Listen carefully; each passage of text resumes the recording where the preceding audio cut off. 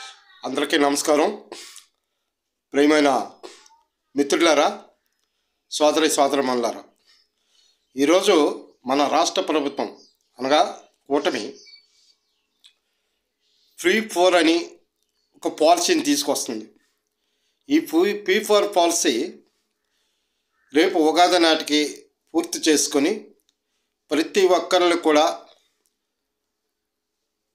అభివృద్ధి పదంలో నడపడానికి, ఆర్థికంగా వాళ్ళ కుటుంబాలు బలపరచడానికి, వాళ్ళకి పారిశ్రామికవేత్తల్లో, పెట్టుబడిదారుల్లో వాళ్ళు భాగస్వాములు చేసి సంపదను ఏ విధంగా పెంచాలని చెప్పేసి నా యొక్క ఆలోచన విధానం అని చెప్పేసి మన చంద్రబాబు నాయుడు ముఖ్యమంత్రి గారు ప్రజలకి చెప్తూ ఉన్నారు. ఇది ఎంతవరకు వాస్తవాలు, ఇది సాధ్యపడదా ప్రజలు గమనించాలి. ఇప్పటికే ఆర్థిక పరిస్థితులు బాగోలేవు, రాష్ట్రం కుదేలయ్యింది అని గత ప్రభుత్వం వలన ఈ నష్టాలు, ఈ కష్టాలన్నీ వచ్చాయని చెప్పేసి చెప్తూ ఉన్నారు. మరి ఇప్పుడు సాధ్యమా అసాధ్యమా? ఇది రాష్ట్ర ప్రజలందరినీ కూడా గందరగోళంలో నెట్టేసే పాలసీలాగా కనిపిస్తూ ఉంది.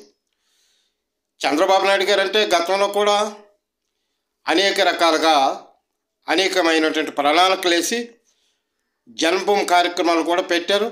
ఆ జన్మభూమి కార్యక్రమం తర్వాత రకరకాలైనటువంటి కార్యక్రమాలు నిర్వహించి, అంతెందుకు నిన్న కాక మొన్న భూ సదస్సులు రాష్ట్ర వ్యాప్తంగా జరిపారు. ఆ సదస్సుల్లో ఎక్కడైతే నష్టం కలుగుతుందో, ప్రజలకు ఇబ్బంది కలుగుతుందో వాళ్ళకి వెంటనే ఆ సమస్యను పరిష్కరిస్తామని చెప్పేసి చెప్పడం జరిగింది.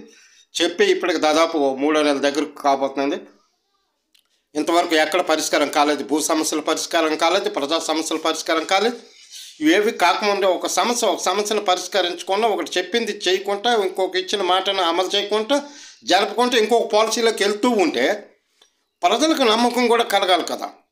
మీరు పాలసీలు చేయండి, ఎవరు వద్దంటలేదు, కానీ మీరు ఇచ్చినట్టు వాగ్దానాలు అమలు జరపట్లేదు, మీరు తీసుకున్న నిర్ణయాలు అమలు జరగట్లేదు.